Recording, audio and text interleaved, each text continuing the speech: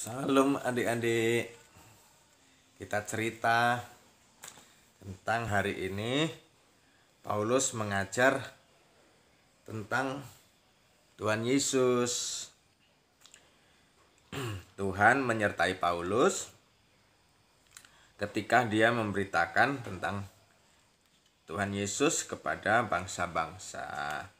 Di banyak tempat namanya diubah menjadi Paulus.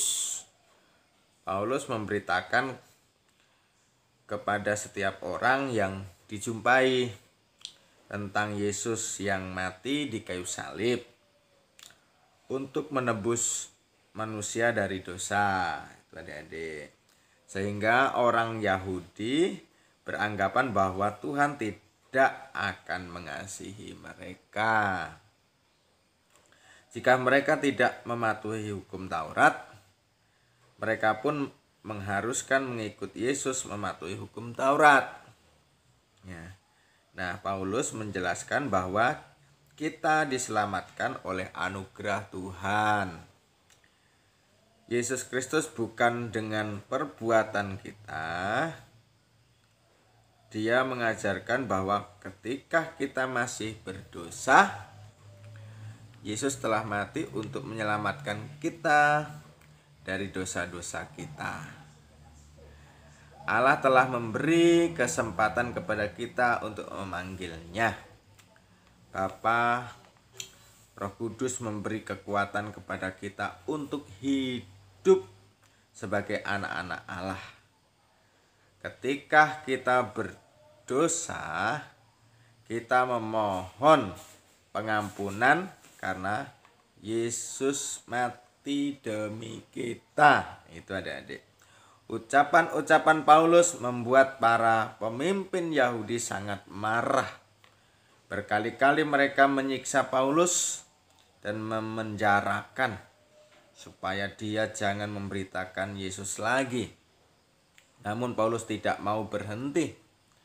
Ketika Paulus mengadakan perjalanan dari kota ke kota, dari desa ke desa, Tuhan menyediakan para penolong bagi dia, yaitu bagi Paulus.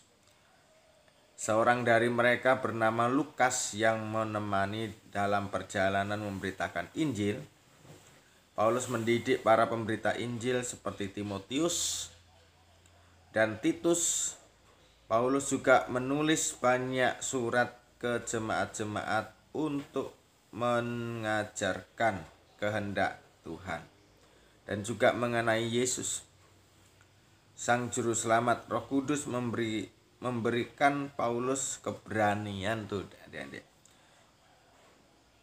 Keberanian itu apa? Untuk berkata-kata, untuk memberitakan kebaikan Tuhan Yesus. Ya, kata-kata dengan yang diucapkan, termasuk ketika memberitakan Injil, ya, kepada pejabat dan raja, kepada adik, kepada kita semuanya, ya.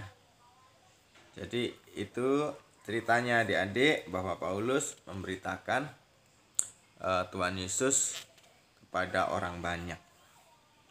Ada pertanyaan adik-adik, mengapa kita dapat memanggil Tuhan Allah Bapa kita?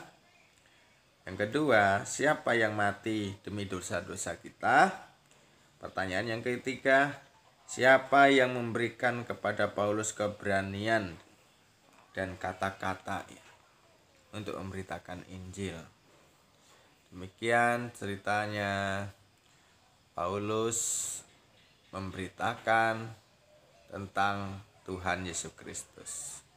Salam semangat.